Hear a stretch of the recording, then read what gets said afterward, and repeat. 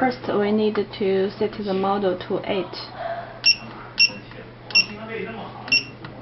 1, 2, 3, 4, 5, 6, 7, 8. Choose. Second step, we need to register the call button to the watch pager. Choose a number, for example 1. Okay. Press the call button. Any key is OK. Okay, let me check. View. Call. Cancel. Okay. Do the same way to the other two watch pager.